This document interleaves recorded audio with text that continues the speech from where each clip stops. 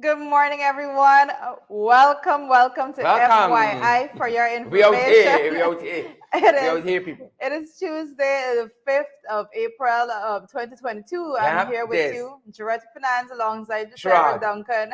Sherrod. We're here this morning. This morning we're a little more upbeat than usual. Yeah, it's the tea. I don't know what it is. It's the tea bag tea. But It's the tea bag tea. we've been having our own little Yeah. crazy. So We love to say what tea bag we're using, but the guys don't sponsor me, so we ain't giving them no Listen, mileage. So Jared, don't give no promo. no, free promo. It's just a thing tight in this country. It's just that we out here for free. Well, I had I this morning I was coming and I had a better experience with the traffic. It shows that you just. Where are you coming from? I was coming from where I come from. So, but I had a little good experience with the traffic. Average person I came from home. I was coming from where I was coming from.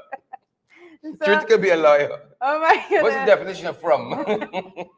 From is a preposition. That which I came. From that which I came. Mm-hmm. Gavin Liverpool, good to see you. No, but Tell us. one of the things I noted this morning, I think is annoying to everyone. So I have to say it. This morning, in the traffic, the traffic on the East Bank in particular, when you're coming down, they have the 3 lanes open and 1 lane going up. But some sets of person believe that because they have this siren on their vehicle, they can put it on and just bully their way through, causing a whole lot of confusion, unnecessary confusion. That's a system that needs to be looked into. Because you now got to move out the way, and most times it's pulling a very unseeming angle. Yes, right? it's so ridiculous. And it's they're late, They're not late. Them government people, them are late. And my thing Them are is, late for nothing. and they know the traffic. If it was something that is scheduled, they have to be at a certain And place. then They the have to other go thing early. that happens, you can have some motorists who want to go behind them now to get a quick. Well, that's another thing. So when they're done, it's about 20 vehicles all together going through. It's we need most the sirens though. ridiculous. It's most ridiculous. Taking us through, not coming behind me. Taking us through. But guys, good to see each and every one. You see Alex Boom is here. Cameron Augustus is here. Chin Sing Henry says, I love you, Anu Orange. Good to see you, Chin Sing Henry. Carl Ford. Just inserted the Anog in there. Marlon Monroe. Marlon Monroe. I say Morna Monroe. Apologies. Get out of my head, Marlon. Colleen Sarah Andrews is here as well. Wow. Tessa Isaacs Graves Zandy's here with us this morning. Yeah. I'm happy. Orlando. I can talk now. Yes, you can. I'm happy to say that Drita made a good cup of tea. We can send Shaw here. I already took send off. Don't worry. That's why you're in East Bank. No, that's not how you do things. That's not how you do things. I'm very traditional. Don't worry. Oh, I see. That's why you got to do it the right way. The stages, the old-fashioned way. What stage you at? I'm at the almost at the ending stage. Almost at the ending stage. Coming from where I came from. Before you start a new chapter, you get you have to end the first phase. I'm almost at the ending of the first phase. Yeah. My Lord, thank you, Jesus. Thou hast been our dwelling place in all generations. Oh, from everlasting to everlasting. Politics, good to see you. What do you mean? No, seriously, what do you mean? People out there don't know what you mean. I'm very happy that you're at the ending stage, coming from where you came from. I'm happy for you. I'm happy. I'm happy, boo. I'm happy. Pace and power. Pace and power. Politics, Chin Sing Henry. Warren Figuera. Warren Rockin coming from Long Island. Warren Rockin coming from Long Island. Howdy, guys, they Warren. Howdy, guys. Good to see you, Warren. Good morning to you and the family. Say hello to Simone and everybody else for us. Stan Bourne, good to see you. Paula Hicks, Diane Fordyce. Guys, we're so happy you all are here. We're so happy. Most definitely having a nice, happy Tuesday. She's having a nice, happy Tuesday. I'm happy that we're all having breakfast around the same table. We're so happy that you guys are here with us. Yes. Yeah. I look forward to you. more than she who shall not be named. I look forward. Bartica in the house. Yeah, where? Alec Prowell there. You know, Ignatius Prowell that comes Oh. under the name Alec. Oh, this be fighting by the selling too and in police Of course station? not. This is No? a decent set. Decent set. This This is is the decent partition. Amabel, good to see you. Amabel Clement. Chinsing Henry says, pace and power. That's right. That's and right. respect and manners. You know, Yeah, she yeah. got all these slangs locked down. Jennifer Jones Crawford, good to see you. I see Marlon Thomas and Rowena Williams, Veronica Dunbar, Winifred Sears, good to see each and every one of you. Marlon Thomas, Schultz, and Yes. Kenneth Dennis, Ricardo Charles, good to see you folks. Clayton, is it, was it Dean? Clayton Dean? Yes, Clayton Dean and Julian Kurt. I see Julian Mars, rather, Andrew Cuthbert, Carol Rollins, Parusham Kishore, good to see you. Pace and Power, good to see you. Mr. Kishore. You know I was Parasham, get out of bed, you brush your teeth first, and then you're gonna start the mudslinging. Make sure. I think he should Say your prayers. I think he should endeavor to go on this Yes.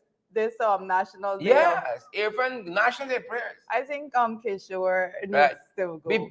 I hope you're part of that. National Day prayers. I Kishore. will be praying for him. Yes, I will lift you in prayer. Yes. Who hurt you, Parasham? Who hurt you? I never did him anything, I swear. Brenda Bradford, good to I see you didn't. there.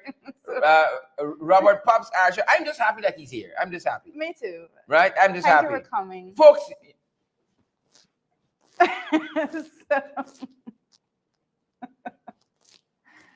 I need to say anything else. Tessa Waterman, good to see you. Good to see you, Tessa.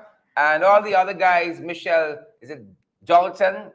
Good to see you, folks. Kevin Nicholas and Claudette Harry. Good to see each and every one of you, Teresa. Good to see you too.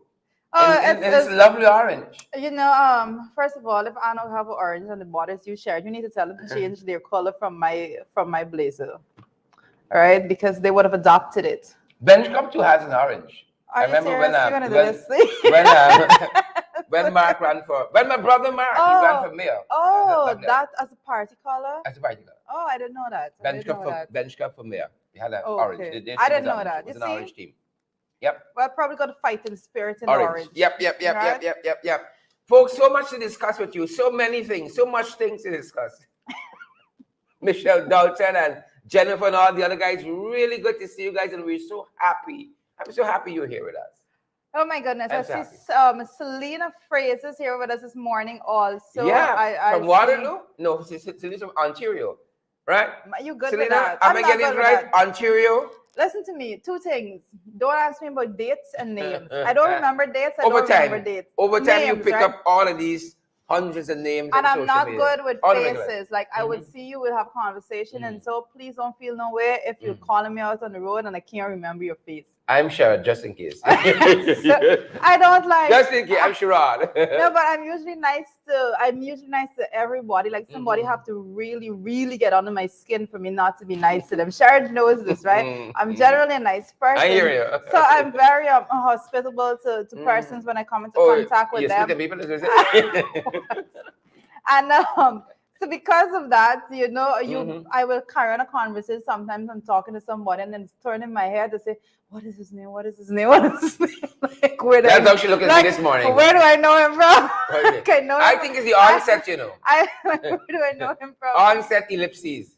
I think it's the onset. But when it comes to dates, like I can tell you folks out there, like I don't have no issues with, like, you know, guys don't remember dates. I'm worse. Like I would forget your birthday. I would be like, she's that kind of guy. I'm that person.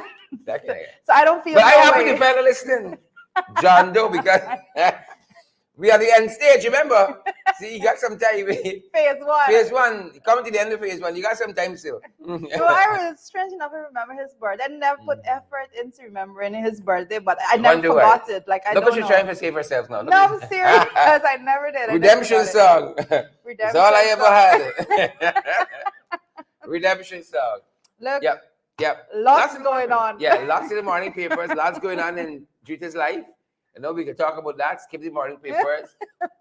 Redemption song. There's nothing going on in my life that's not going on in yours. Let me tell you, right? Yeah. You know. But good to see you guys. Good to see you guys as you return till morning people. Jean Williams and Owen Bacchus. Warren Figueroa says May. May. What is May? That sounds like a code word. May. May. Probably a name. May is a name, you know. Joel Ward. Andrew Cuthbert. Owen Bacchus and Lizzie Simon. Sukchan. Sudhari. Good to see all you wonderful folks. Peter Sills and Pauline Austin. Folks, thanks for joining the program. And sure, you are sharing the live stream. You are sharing the broadcast. And you're smashing that emoji button as well. Hundreds I see watching us. But I ain't seen demonstrated in the emojis. Come on, guys. Chinsing, I saw the comment there about Minister Dildo. Evex in feelings. Oh my goodness. Like, that's most in ridiculous. feelings. Sometimes you don't give people the time of day to even carry on a conversation about the nonsense, right? Yep. So Cherry Baskin Greenwich, I see you there out of Barbados. Send some of that sand in the sea for us and a little bit blue water. Walk right there. Well, it's Tuesday, and usually, guys, I spend when I'm done with the program on Monday mornings, I go to Parliament for the PAC, right? Parliament yesterday was quite something else, you know. A lot of revelations, but I think yesterday was a moment everybody was on the same page. Not very often you see the government and opposition side on the same page when they're scrutinizing the spending, which it should be. You should go there at the level of the PAC to have discussions and discourses about the spending of the people's money, the taxpayers' dollars. And I say that I hope that we get to this stage when everything is done in such a non-partisan way that we get to a place of actually fixing systems that needs to be fixed, you know. Yesterday I had a little glimmer of hope. That we got some... So all is not lost. Not all is not lost. All right, because one of the issues yesterday, I'm sitting here and it's still fresh in my mind, is the fact that one of the issues yesterday, the responses that we were getting from one of the regions that we were examining, yes, it was most ridiculous, you know, that we literally had to, they will have to, at some point in time, answer for things that they could not answer for. So, but it was quite amazing to listen to some of the responses and some of the young engineers. Guys, I want to tell persons this morning, I want to take this opportunity in this forum to tell persons, like, when you are taking certain jobs, especially when it comes to the engineers that do work, government engineers, when you are taking on that job and that task, don't take it lightly. You are bound by certain laws that if you breach, you could go to jail, you know? And yesterday we all got this impression that, you know, these guys don't understand that they could go to jail for some of the things that they're saying. Because at one point, an engineer came and said that he didn't have the work measured. He didn't do the paperwork himself. He signed it off. One of his staff did the work for him. And time again, and I want to say this, that I have been examining the record since 2002, 2003, 2004, and the same thing keeps reoccurring. So we definitely need to get to a stage that we unite ourselves and stop the nonsense and actually fix it. So going forward, it would stop. You know, wouldn't have these same issues. But I'm telling public servants out there, you know, a lot of times you go there and you're happy to have a certain job or so, but jobs comes with responsibility, and you need to equip yourself with a relevant knowledge of the laws and the regulations that you are functioning under. At least you put yourself, or people put you in a position that you can't wiggle yourself out of, and you end up in jail. Correct, is right. And you know what? You got some folks who got a job, some folks got a career, some folks got to work. Yeah. Right? And not too many persons are very curious about what the vacation that they're part of. So you're an engineer. What are the rules and regulations, legislation, laws, and so on that governs that? When we talk about Fiscal Management and Accountability Act, you need to dig down into those things. You cannot sign a document and claim I didn't read it. I mean, right? Is like, you didn't prepare it. That's bad. That's madness. And you put your signature to it. Yep. Right? So it's crazy. We gotta watch that. We gotta watch it. And more people have to have careers and less work. But I guess in this economy that we have currently, where everybody just trying to get by, people just want to work. But work. You know, we have so many things to get done. But when it comes to the process in which things are done, the processing stage of it, especially when it comes to these contracts that's coming from ministries. Currently, I know of many issues which persons are complaining about the process of actually getting small contracts done and paid for through the ministries. I'm talking about now. So I'm not just this is not a our time, their time. We have an issue that we have to fix. If you were seeing for years, over a decade long, a record talking about overpayments of salaries and things like that, you know that there is a systemic failure and it needs to be adjusted. So instead of having nice headlines about who did this and who did that, you acknowledge that it is a systemic failure and move forward from there. That's the only way it's going to be fixed. You know? April 8th, we can pray about the matter. We'll pray about it on April 8th. And we'll see what happens. Oh my goodness. We'll see what happens. But that being said, Rita, what's in the morning papers for us today? Well, I'm looking at the front page of the morning papers right now. The first thing that I'm seeing is something that we're going to be dealing with a little bit later in the program when we talk about the ExxonMobil green lights, the 10 billion US Yellowtail project, right? And so there's a lot of conversations being had when it comes to this, especially when the EPA actually gets permission for the project to go ahead. And so a lot of discussions to be had there, right? So interesting enough, in a country where persons, everybody know what the unemployment rate looks like and all of that, we see in none other than Air Finale saying that the contractors can't find workers. Why do you think that is? Wow. That's interesting because last night on our affiliate program in the ring, we were talking about how under the PPP, since they've taken over government, 9,000 persons have gone unemployed. So maybe the people, maybe they don't like construction work. I don't know. Well, right? But everybody who in construction is not hitting a nail or a hammer or drilling something. They got accountants in construction. You got administrative staff and so on. When your cost of going to work and doing work outweighs the pay that you're getting, you don't tend to want to take it. Yeah. But there's that. And as we're talking about morning papers. So that's what's going on there. You can't pay people next to nothing when they add up the rise in the transportation costs and the rise in food costs, and it costs them more to actually go to work than you're getting paid. You're not going to get persons to work. Right? We have to address the fact that persons are severely underpaid and we need to get them up to scale.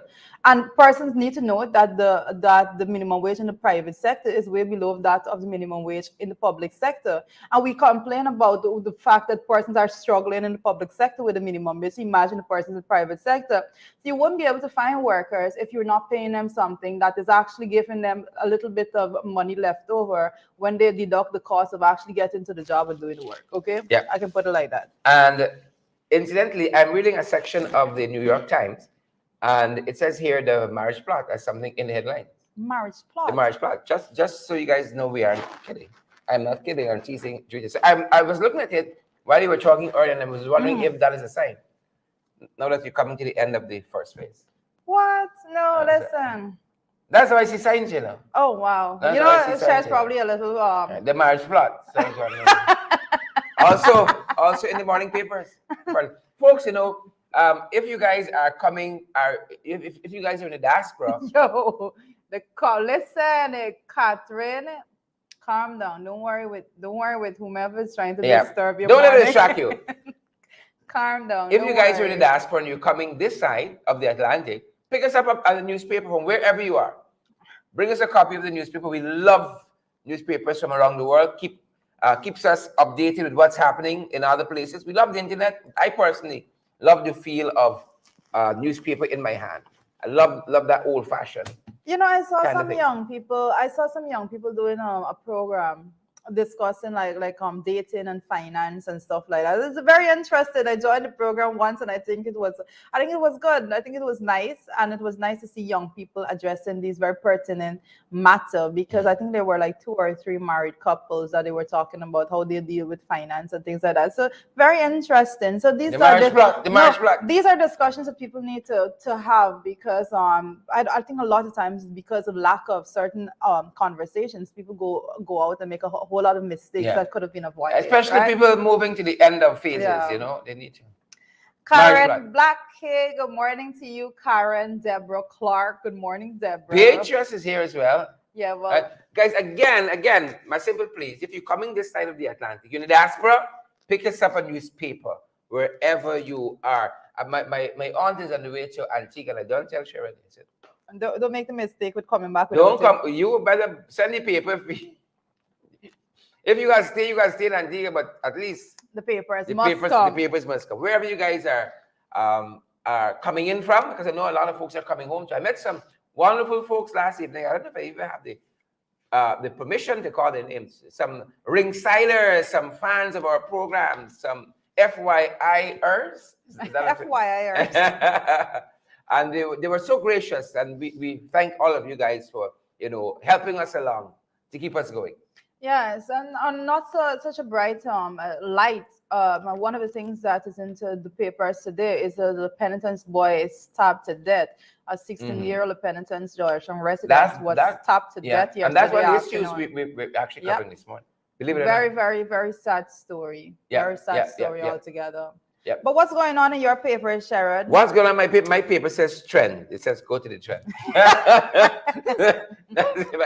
It says go to the trend. But good to see you first. Well, look at Royston Walters says good morning, Jurita, because it's only you alone on the show. Good morning, Royston. Good morning, I short. Good morning, Royston. Like I short. Thank you for coming to see me this morning. Edward Gonzalez and Marilyn Lorimer and Dion Ayana, Baby Sandyford, Maureen Carpenter Williams. Maureen asking how are you doing? Kishore. How are you doing, Sharon? Yep. Maureen wants to know how I'm good, Maureen. Thanks for asking. Thanks for being gracious enough to ask. You're so kind. Unlike some other people in the comment section. Yes. Like Parashram Kishore. You all don't worry with them, man. Don't worry with Parashram. Parashram different. He's different. Don't worry with Parashram. Parashram gets paid to do this. Yeah. Fitzherbert Jarrett, good to see you, sir. Respect and manners. Fitzherbert is now retired. Oh, nice. He is spending his time traveling the world. I can't wait. He recently returned from, I think, Antigua as well, one of those places. Retired, and he lives out there in Connecticut. Oh my goodness. Doing fantastic. Well, I want to be just like how you know his business so well. You keep in touch. You keep in touch with the folks. You keep in touch. Right? I think that's what sets us apart from lots of the other programs. We love our fans. We love the following. We love you guys, our listeners, our viewers. We love you guys, and we try to keep in touch. Marlon said, and you're jealous, brother. We love you still. I love back to y'all. Thank you so much. I was waiting on that. That made my day. That made my day. Folks, what's on the morning trend? Look where we're starting internationally.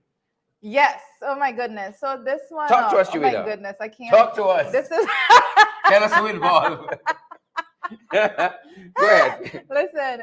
It says a court upholds the 25-year sentence for Hotel Rwanda hero. I want to have a discussion on this, Sharon. Yes.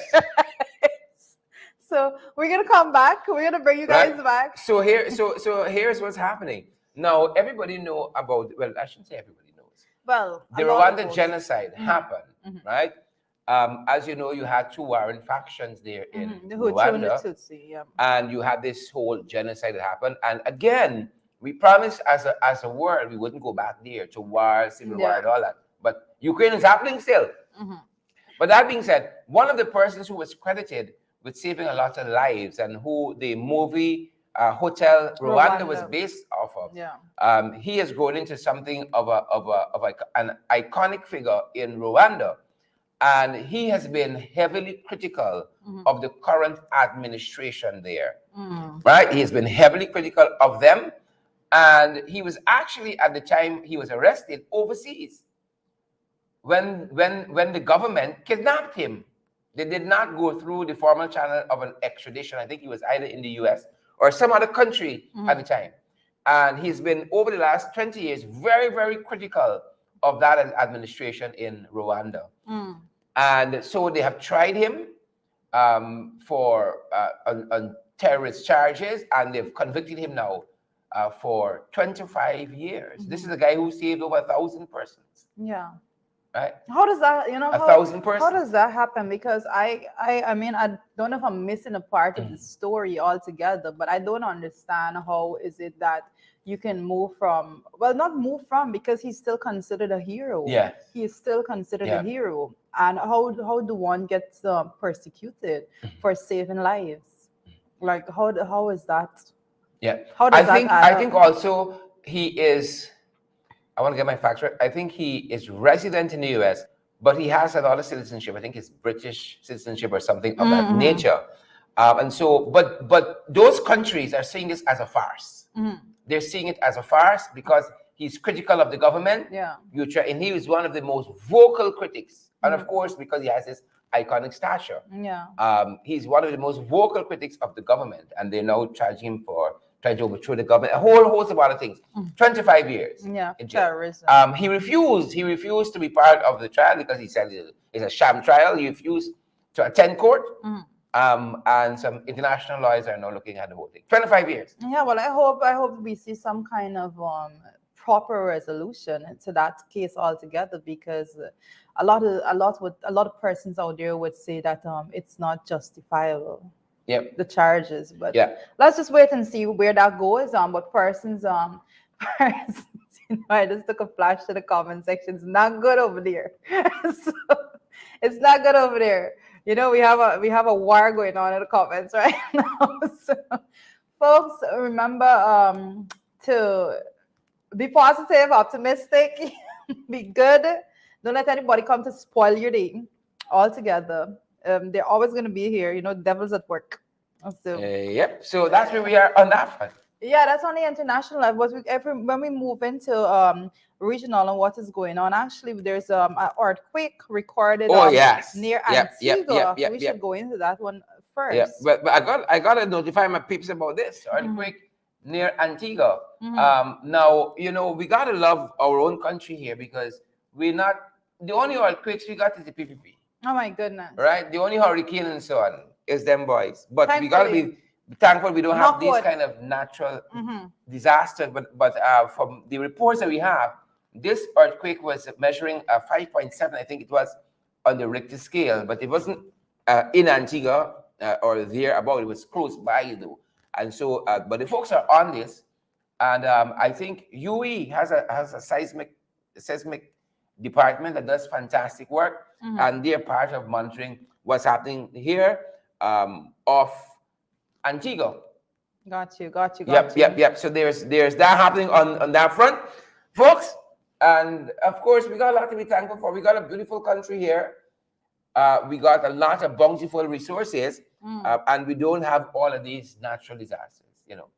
We don't. Sometimes, if you have something happening close by Trinidad or so on, you tend to feel some of the tremors and so forth. We've had our own, little shake, but nothing ever major in terms of this magnitude. No, we had the one. Thanks be to God. We had the one in region 9, and that was the worst that we recorded. Right. So thankfully, we're very thankful for the fact that we don't have those issues, because Lord knows that we can't deal with any of that at all. We don't have the ability to deal with that right now at all. Well, it's on the trend. What else we got trending?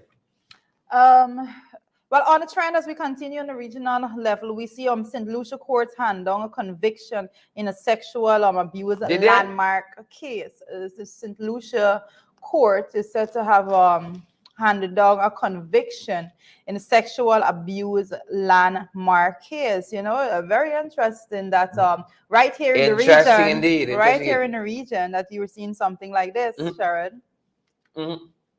Yes, and as it says here, we're picking this up. I'm trying to swallow my tea fast, so I can speak.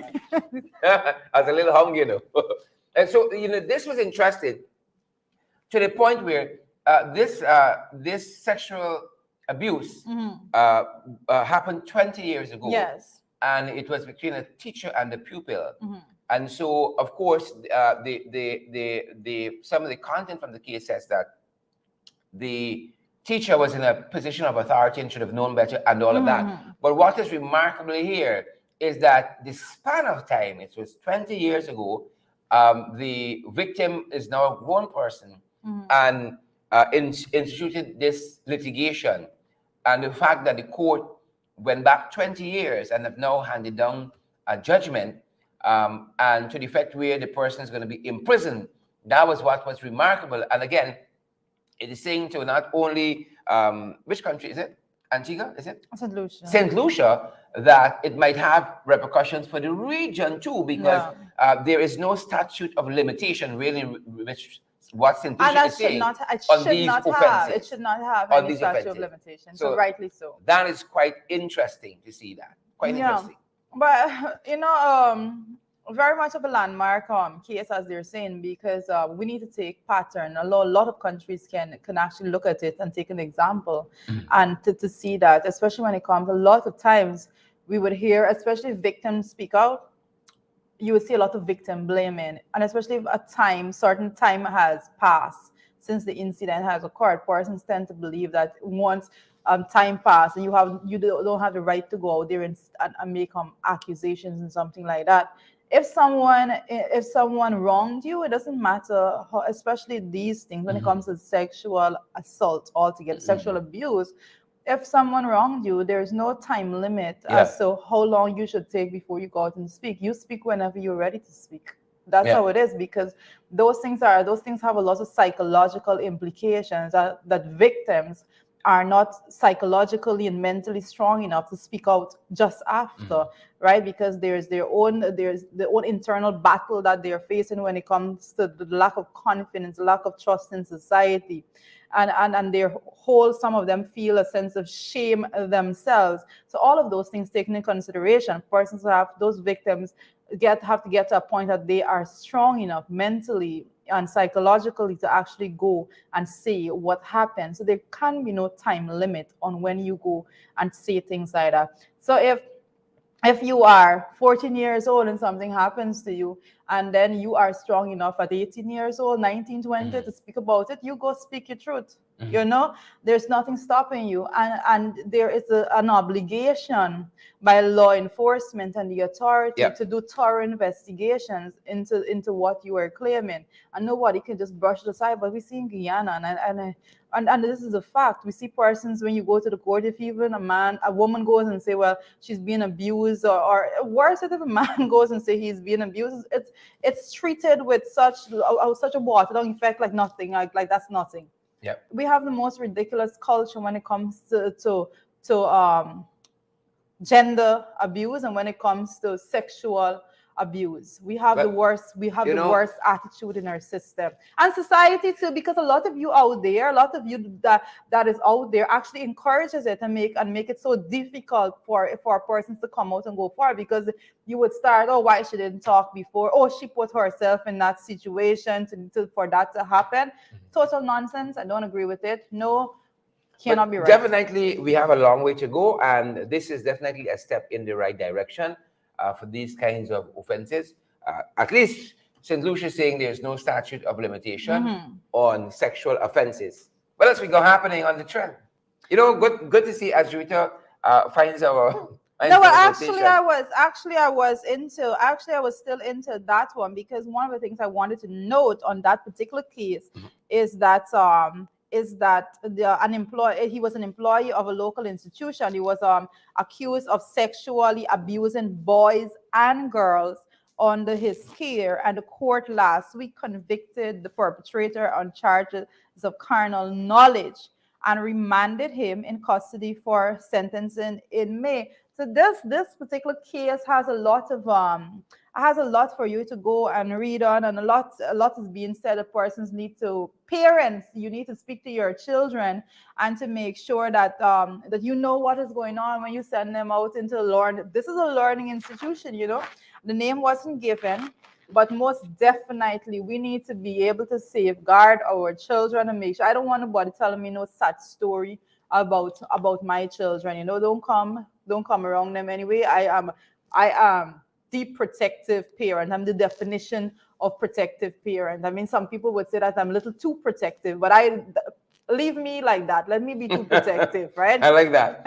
Leave me like that. Leave me just like that, because nobody can come and tell me no sad story that, oh, they're sorry about this and sorry about it. Nope. It is my responsibility to speak to my children, have very open conversations with my children, especially my younger daughter, because you have to let them know that when they go out there are evil people out there. You got to let them know, and we have to create a society in which if someone wrongs them, they are free to come out and speak, and the community is going to surround them in a supporting way instead of ridiculing, you know? So I just put that out here. Yep. Most definitely. Interesting indeed. And of course, these are discussions that we have to have more of. And the law has to be progressive enough to keep up with the changing times. And definitely, again, St. Lucia is making a step in the right direction. Also on the trend this morning in local news, as we come closer to home, in local news, GDF officer has been out there shining, shining internationally. And we always happy rather, when, folks from home go out overseas, going to the diaspora, and they do well. Tell us about that. Well, most definitely, I've seen this bit circulating, and I'm so happy and so proud of what we read in there right about now. But a GDF officer says comes out on top of the UN course, and of course we are extremely proud, as we always are, of these achievements, especially when you are there proudly flying the Guyana flag. And that's the truth of the matter. So we want to say congratulations. I see that it has congratulated Guyana Defense Force Major Stephen Douglas. That is his name, Stephen Douglas. Excellent work. We are so very proud of you. We're so very proud of all the folks there in the GDF that continues to do your best and do your job with in an exemplary way. So you are out there. You have made us all very proud. Guyanese always like to uplift the fellow Guyanese when we have these accomplishments. So we're here. We're happy for you. We're sending our love. And I'm just here with my belly growling. I don't know what is going on with Sherry this morning. Drinking my tea. Congrats to the officer. Congrats. And folks, whatever you all engage in, do it to the best of your ability. Do it to the best of your ability. Keep our flag flying high, especially the folks in the diaspora. Whatever is it you engage in, whatever good you do it. Do the best of your ability.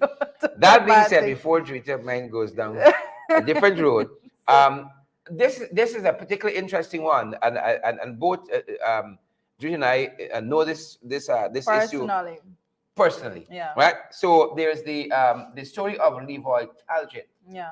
Who's been missing for 9 years now. He was an employee of the GEA, the Guyana Energy Agency, and I think he was part of the team that would involve in fuel inspection and that kind of stuff. Yeah, that was one of the roles that he carried out there. But Levi Talgett has been missing for about 9 years now. But where our paths intersect is that Levi Talgett was also an economics student at UG. Levi Talgett. That's where we know him from. This story is very personal to me, and I see the newspapers has picked it back up, and I'm happy. Kudos to Starbucks News. Yes, yeah. I am very happy about that, because when it comes to the disappearance of Levi Talgett, this one is, like I said, personal to me, because this is a classmate of mine at University. Guyana, Levi and I did a degree in economics together. So this is someone that I know personally. Yeah. I know of his character very well. Exemplary character, an amazing person. He was very quiet. Altogether. I remember him as a very quiet student. Not just very quiet. He was also extremely helpful. Always willing to help. He never showed bias. He's in the class. Whomever needs assistance, he's always willing to give assistance. He has this very nice way. Usually when you're in class settings and educational, any grouping whatsoever, you would have different groups of personnel, and everybody would have difference. Levi was the type of person that he was friendly with everybody, because that was his personality. So, a lot of unanswered questions when it comes to his disappearance and his family. It says here that his father is still hopeful of a resolution, but answers need to be had. Yeah. It's I could imagine 9 that years. family need closure, and folks Answers, who know what happened to Levi Talgett should speak out. Should speak up. Yes. 9 years. I didn't even realize it was so long. Somebody just don't go missing without a trace. It doesn't happen like that. This is a small country. I dare say that the people right here knows what happened. Yeah. And sometimes I get a little upset when I look at the way in which things are done. you would see some things being done, and it's being resolved by the click of the finger based on who it happened to.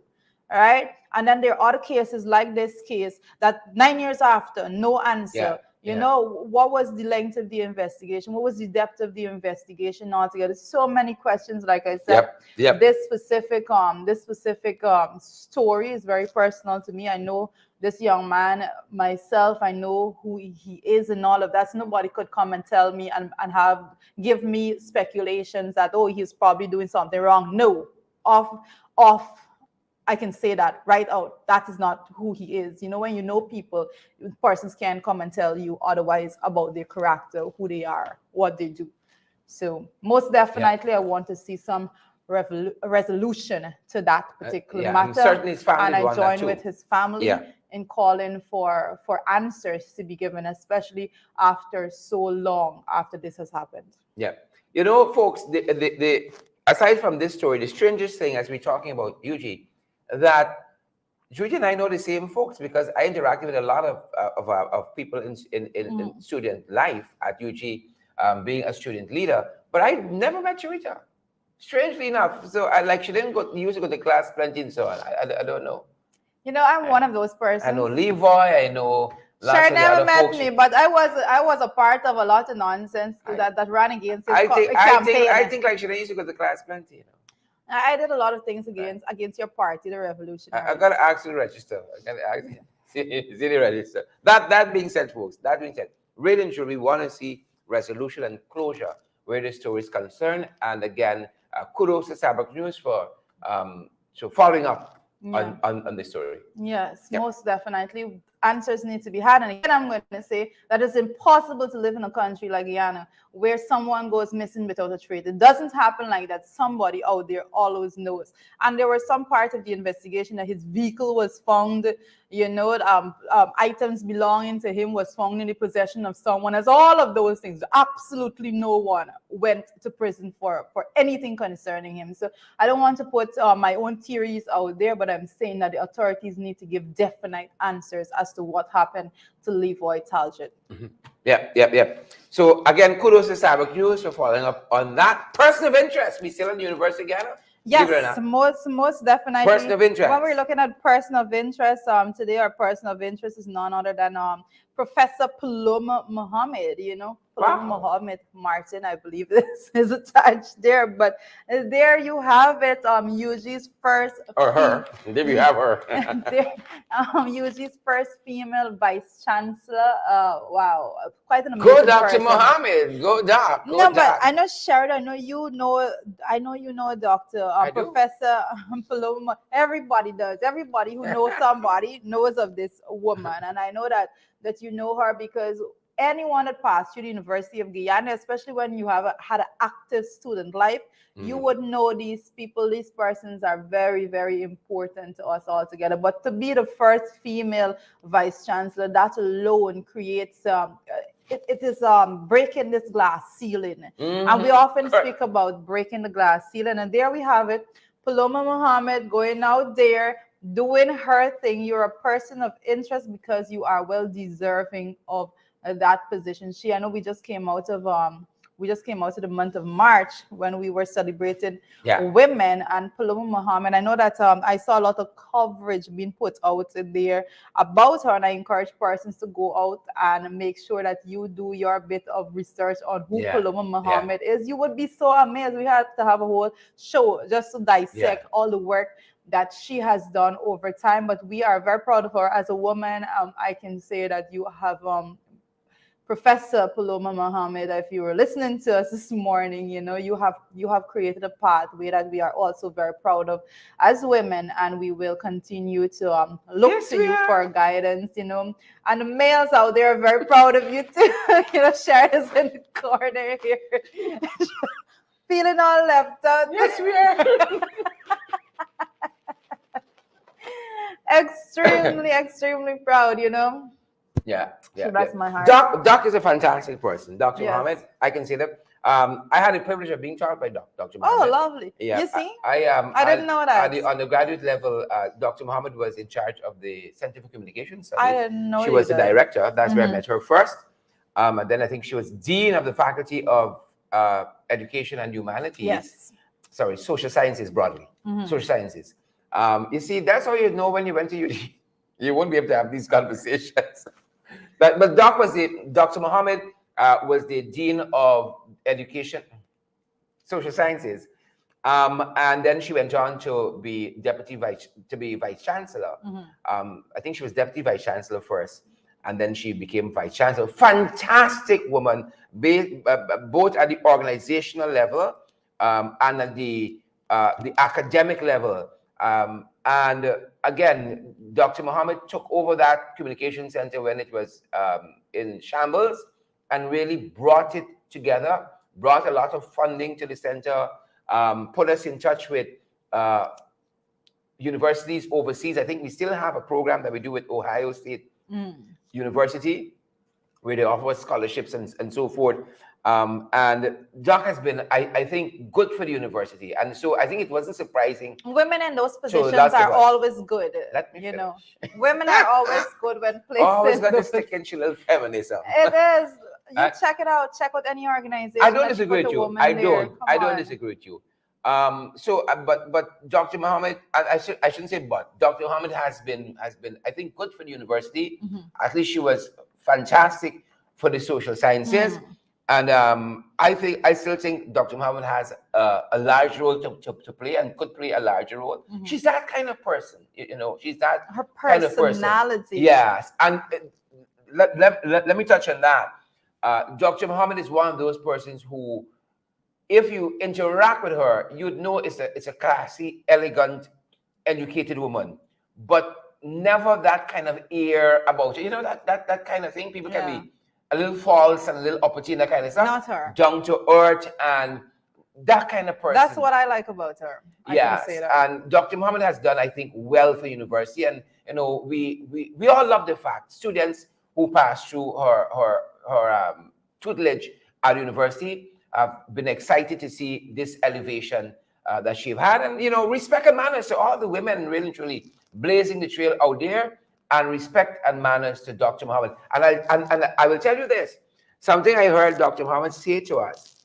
And when I started communication, Dr. Mohammed would teach both, I think, somewhere there first and second year. And she's been very instrumental in research students, communication research students. And I remember one of her classes, she said something to us that stuck with me. What is that? Stuck with me. Yes. When you're on campus, you always, some of us, Gigi wasn't like that. You're distracted with the other gender. No, I was not like that at all. Never.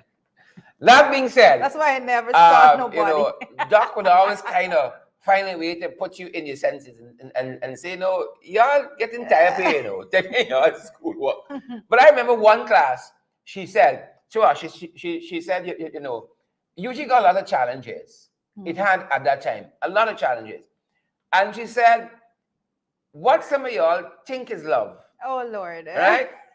And you're going to find your husband here, you're going to find your wife here. Maybe folks found the husband and the wife and so on. Right? And you're running behind people at the expense of the schoolwork. She said, it's not love, It's not love. She said, because of the shared experience of the challenges you have to overcome together as students, it is traumatic bonding. It's not love. I never forgot that. Traumatic bonding, right? Y'all think it's love. You had some traumatic bonding. I had quite a few. Release the comment, Jared. Quite a few traumatic bonding experiences at university. But Doc put things in perspective. You see, from that day, oh my goodness. Right? Once Doc said that, I realized, you know what? It's true. I can focus on this schoolwork now. Oh my goodness. Right? And thanks to Doc, qualified in communications, qualified in law. Thanks to Doc. Oh my goodness. Because I would have dropped out in second year to like if I know. Traumatic bonding. Traumatic bonding is not love. It's traumatic bonding. I wonder how many of us think it's love, but it's traumatic bonding. Traumatic bonding. Yeah, and it's important for you to know that that not because you're going through something at the same time with someone, it could not just university life, but generally that doesn't mean that you have the ability, the longevity in it. It has to. A lot of older people usually talk about this thing that you just don't look it's just not love Yeah. alone that keeps relationship going forward and all of that. But it's a commitment altogether. Traumatic. It's a commitment. Traumatic bonding. Traumatic bonding. So you know, and I have no trauma in my life, so I'm it glad. all stems from what we as students went through. Like back in those days, we had to stand in some long lines to submit your application. So in a line, you might see somebody else and say, you know, these people, hey, this and that, and you say, what's your number? You know? What's your back you know, you're fetching chairs. And the environment is right? conducive of for that, because you're there hot in GWLT. you're standing in the line, and then there's the nice trees with the shade and the benches on the traumatic bonding. You just go and you just sit down, you unwind after all of that. Yeah. I met some people in campus. I said, I can marry this girl, you know. Traumatic bonding. I needed Doc like 2 years earlier. That's the only thing. 2 years. Person of interest. Dr. Paloma Mohammed, Vice Chancellor of the University of Ghana, doing fantastic work. Continue, Dr. Mohammed. Continue. I hope she watched this program this morning. Traumatic I remember bonding. that. Helped me. I see that was Sharon remembered. That was like therapy, you know. Traumatic bonding. That thing started me sensible from being nonsensical. Right? All the time, my mother saying, Duncan, taking your walk nearby. You're running behind them girls, taking your walk. That one day with Dr. Matt in the class, the thing started me out. It's like a light bulb and down. Things. This is it. I think was love. You thought it was love. Yeah. Must have been love, but it's over now. Traumatic bonding. Moving on. Big issue. Moving on. Traumatic bonding. I know some light bulbs just went down for a lot of people, you know. And now they go and study. I want this traumatic bonding. Got you here 10 years after. 10 years after. Are you wondering why it's not working? Somebody might wake up, make some decisions tomorrow. Talk to Doc. No, don't go. Talk to Doc. Traumatic bonding. People, hashtag for me, traumatic bonding. The big issue this morning, Trader. What is the big issue? Well, the big issue, as we were looking at this morning, as I noted a little bit earlier, we're looking at what is going on in the oil and gas sector and all of the unanswered questions. So many persons are still out there on a daily basis seeking answers that they are yet to receive, and that's what we're looking at this morning. Outstanding issues in oil and gas, and we got a few of them. We got a few of them, a few outstanding issues in oil and gas, indeed, as Jurita says. Right, and you got people who believe we should get more royalty out of it. You know, Janet Jagan, when she signed the first PSA, got 1%. Right, after AFC got another percent out of ExxonMobil. But there are people who believe strongly that we should be getting as high as 50% out of the production sharing agreement with ExxonMobil. We have 50. With the royalty, it's 2%. The production sharing is 50. Right? Yeah. The royalty is 2%. But the people who believe that the royalties we should get as high as 50%. Correct. And then there are issues of ring fencing, some of which we might touch on this morning. The cost recovery, also, and also the issues of insurance, full coverage insurance. All of those are still live issues in oil and gas. You have also the issue of why the guys seeming not to want to audit this 9.5 billion in state secret costs. That's a state secret, right? And of course, if ExxonMobil bill us for things that they did not do, that's taxpayers' money going down the drain. 9.5 billion, not Ghana dollars. US 9.5 billion, and they seem not to want to audit this. And so all of these are outstanding issues in oil and gas. And you know what? As we were saying, kudos to Starbucks News for staying on top of the Leroy Charging issue. In the same vein, kudos to Kaichur News, because they have stayed on top of issues in oil and gas. Right? They have stayed more than most news media. They have stayed on top. And one of the things I think we're looking at this morning as we discuss this, Twitter, is this issue, for instance, that they're talking about 250,000 barrels per day for this new Yellowtail project. Yeah, correct. And that comes back and has been on an issue raised earlier with the EIAs and the fact that it's on the Yellowtail, and that's another issue in oil and gas. Waiver. The waiver of the environmental impact assessments. And if you guys have been in tune to our programs across our programs, we've always raised this as an issue. the waiver and the importance of the EIA. Well, not only that, I think one of the persons that I have to give a lot of credit to, deservingly so, is the expert, the technical expert himself, in the form of Dr. Vincent Adams. And Dr. Vincent Adams has been breaking it down to the lowest form for everyone to understand the importance of these things and why it is necessary to have those stages, to have the project go through those very important stages to benefit the country, and not to put us in a position that we will be losing in the future instead of gaining. Because and he has had several discussions that he has been ponging it, that this is what he used to do and this is the way in which he used to conduct it when he was head of the EPA. But again, we want to bring the point that the PPP administration doesn't seem to be anywhere interested in keeping the experts there, because then they would have to be accountable, and they try to run away from accountability altogether. So all of these unanswered questions in the oil, as it pertains to oil and gas, how could you get answers when you remove the expert, the person that have all the knowledge and the know-how, the person that spend their entire lives studying and equipping themselves with relevant knowledge so that they can come and effectively and efficiently manage these sectors. When you remove those persons, what are you left with? You have gutted the knowledge out of the institution. So now we are left with waiver. We're left with persons that are so, I don't know, persons that went through a 6,000 plus page document in 5 days. Yeah. Working days, working hours. It's using oil and gas. And I really want to thank Starbucks as well. I don't even want to blame them. Listen, sometimes I don't even want, when it comes to the staff, I want to put this out there. When it comes to the staff at certain institutions, some people just barely doing whatever to hold on to the income at the end of the month. There's the assumption that the staff even went through it. That's the assumption. That's another thing. Because,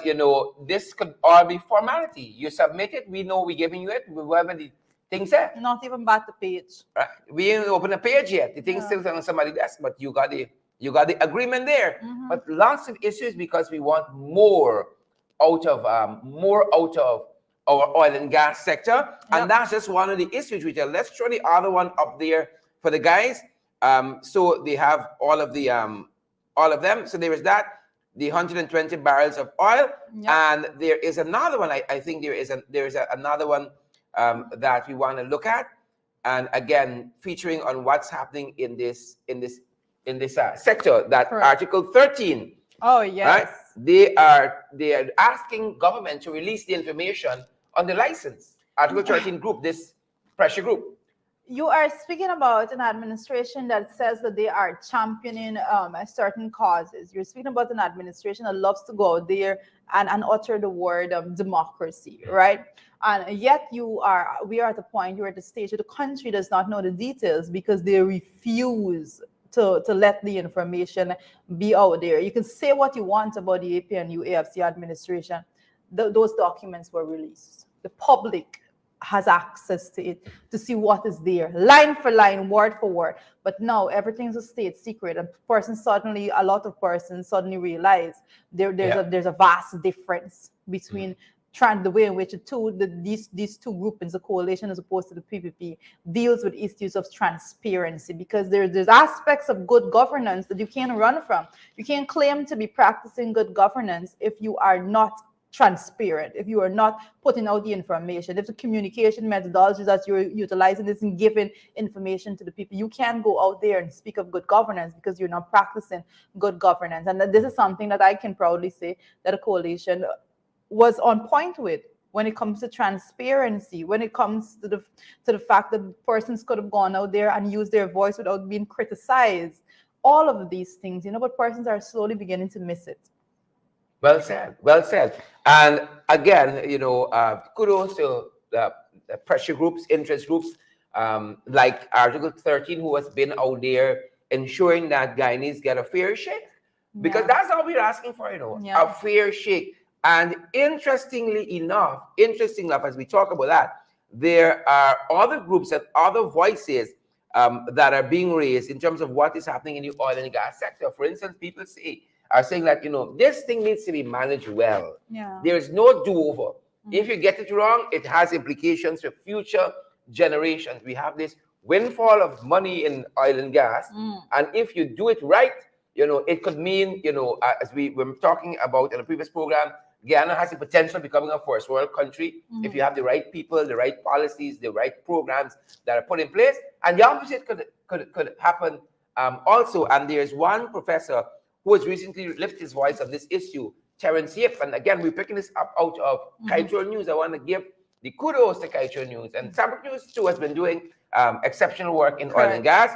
But Professor Yip had quite a few things to say about what is happening here. And he says, you know what, again, don't be fooled, Jurita, this is right up your alley. As an economist, don't be fooled by rising GDP.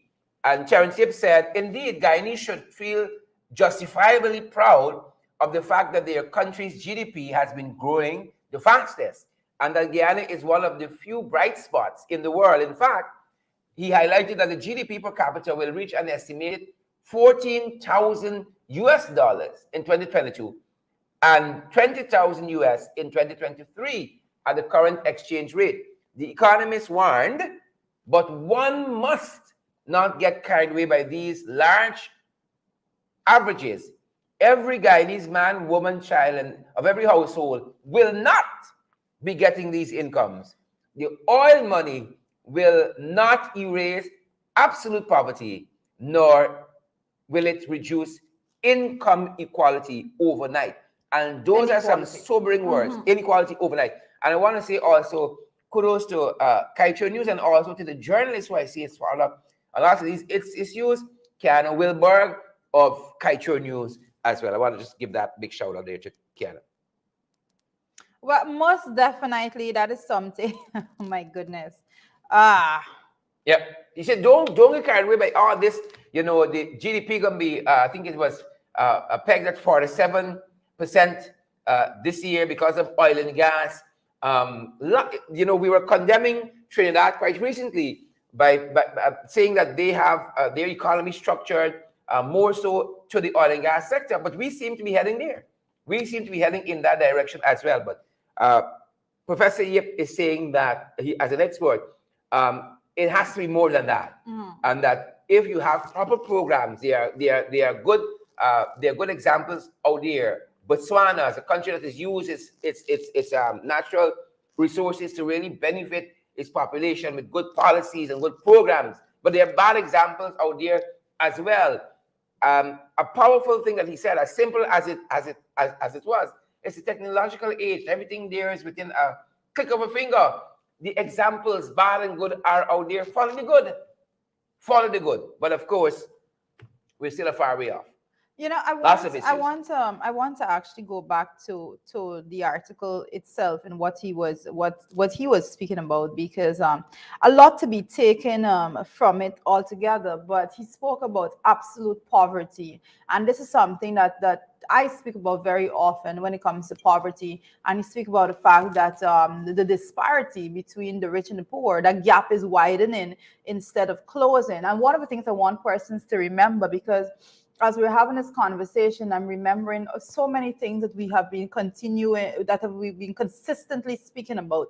And when it comes to the disparity, you would remember, folks, that when the 7%, the across the board 7% increase was announced, that is something we spoke about. We said that it is not being done in the right manner, because the way in which it was done on the coalition, you have a different percentage increase when you were looking at persons of a certain income bracket. The lower income bracket you were in, the higher percentage you were receiving when it comes to the wages and salary increases that were announced yearly by the coalition administration, because that there was directly impacting the income inequality, that gap there. It was narrowing, closing the gap.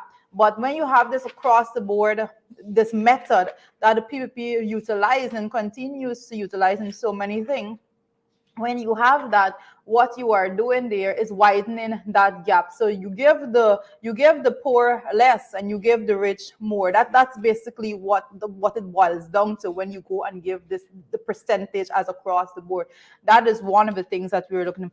But when it comes to absolute poverty, persons, there's poverty. So persons say, oh, well, you put the word absolute. For persons who are not familiar with the terminology altogether, absolute poverty basically speaks about when persons are deprived of basic things, food, proper water. You were speaking about worms coming out of the Correct. In water Linden. In in Linden. Yeah. Linden. That's what's going on there. We were speaking about the fact that persons don't have food. A lot of persons are down to one meal per day because they can't afford to feed their families as they should because of the exorbitant increase in the prices of basic food items. So when we talk about absolute poverty, this is something that is not alien to Guyana. This is something that people know of.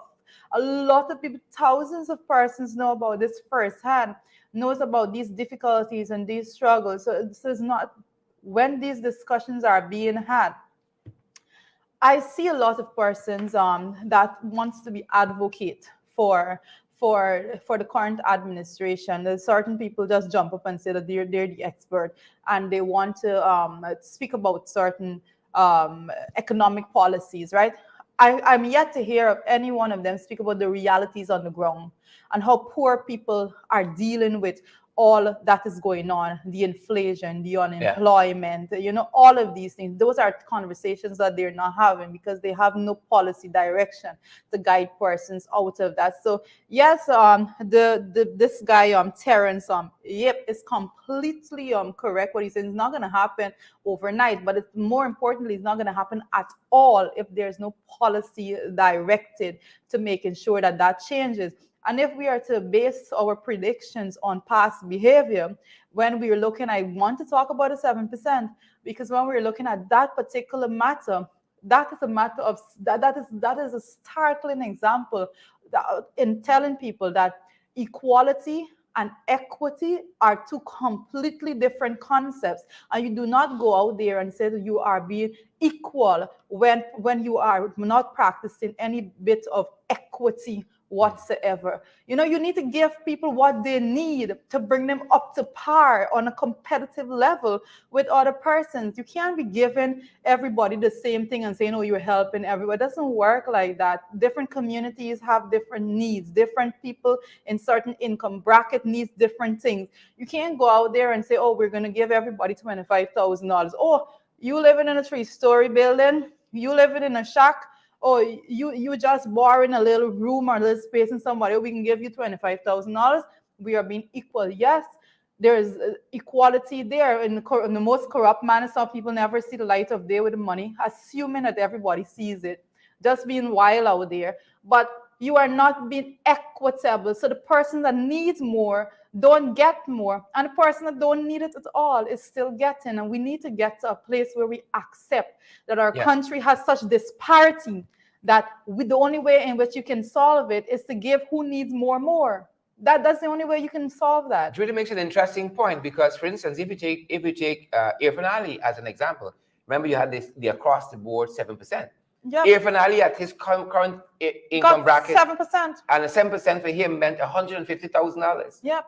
Now here's somebody who has a lot of perks. You got free transportation, free housing, free light, free something. But somebody who might really need a $150,000 boost. Yep.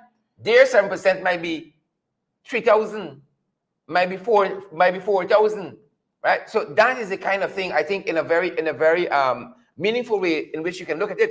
But I saved we saved release the comments as you're speaking. We saved this story for last because when we saw it, it was independent of this.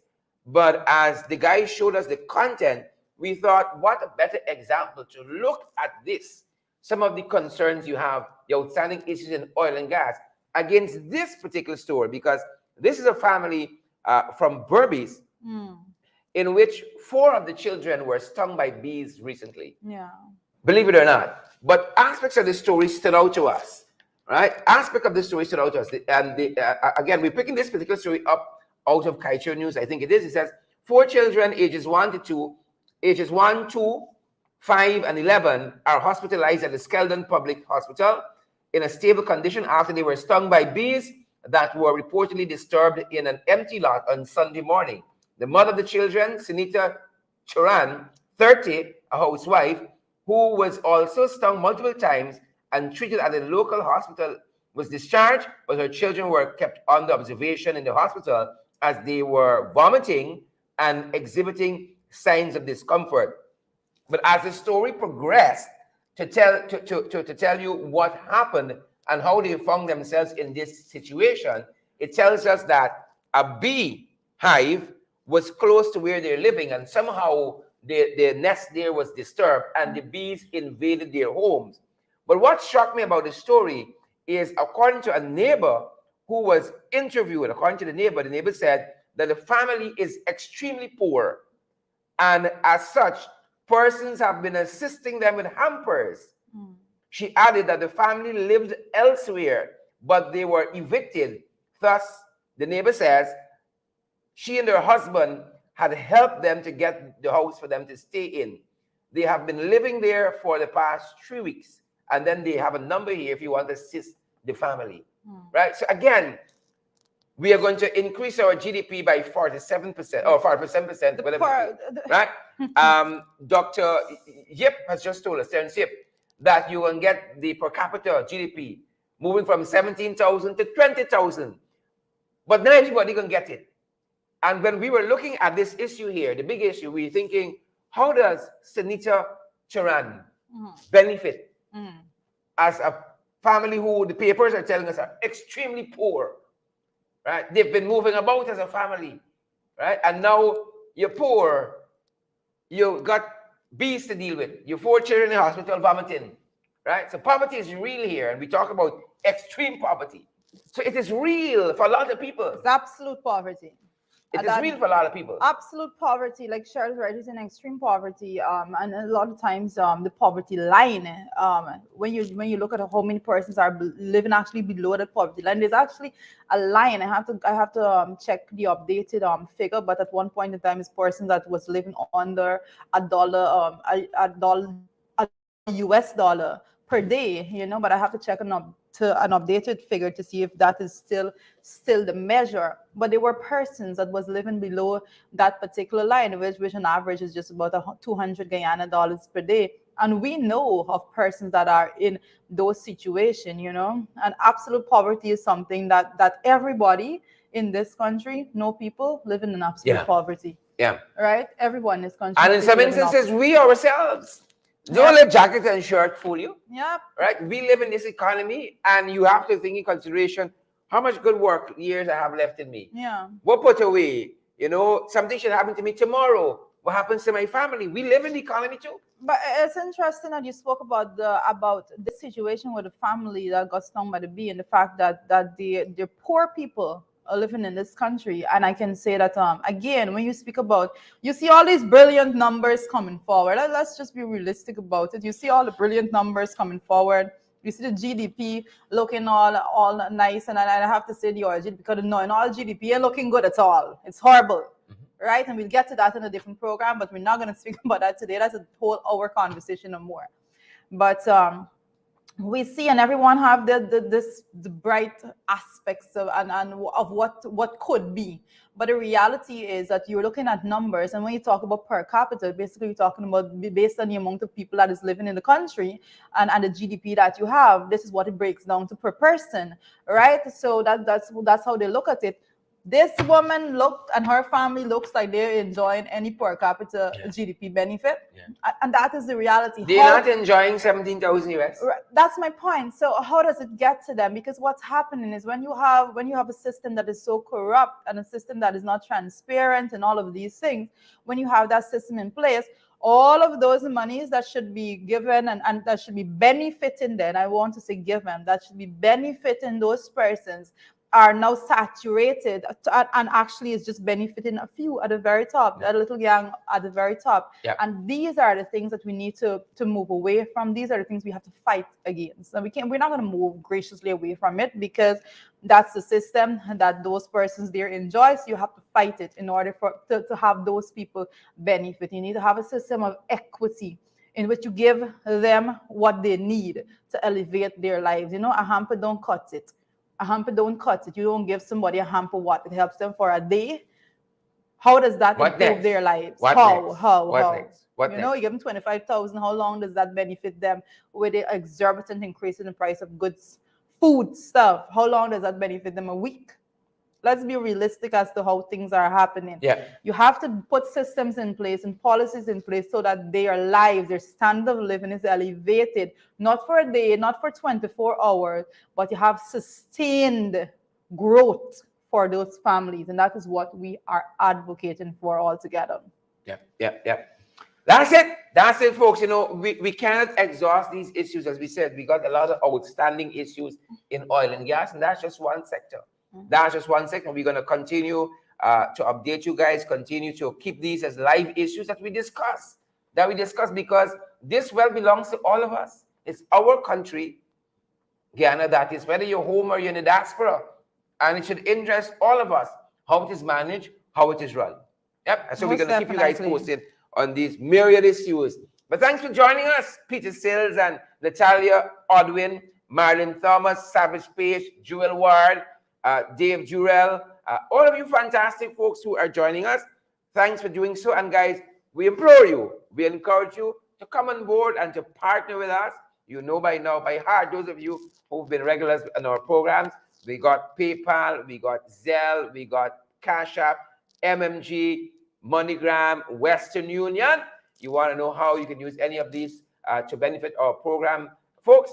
The WhatsApp, our WhatsApp number, you can call or message, is our MMG number as well. It's 627-6963. That's our MMG number, 627-6963. 627-6963, correct? And it's our WhatsApp number as well. And we're going to let you know how you guys can do so. But we encourage you to come on board, guys, and to partner with us so we can do many more of these programs. We can stay on air and keep doing our things, amplifying our voices, bringing to you credible and valid information. Guys, thank you for being with us. Like Sharon said, I implore that you share the live stream. Yeah. And you would know that the discussions that we're having on these programs in the morning are things that persons need to be in tune with, things that people need to hear. And not very often we find people going out there and looking at research and things that we would hope that they research. So we try our best to put together content that is going to be beneficial for each and every one of you, especially as it pertains to where we are as a country and how we are seeing the country moving forward, what changes we believe should be made to make sure that we all benefit from the resources of our country. So continue to join us tomorrow again at 8 a.m. Be here for 12, below the belt. And then in the ring this evening at 8 p.m. You know, Sheridan's going to be taking some rest to be all fired up. He has some exciting news for in the ring this evening. Piss and power. Ping, pang, ping. Ping, bang, ping. All right, guys. Have a good day. Stay safe. That's what we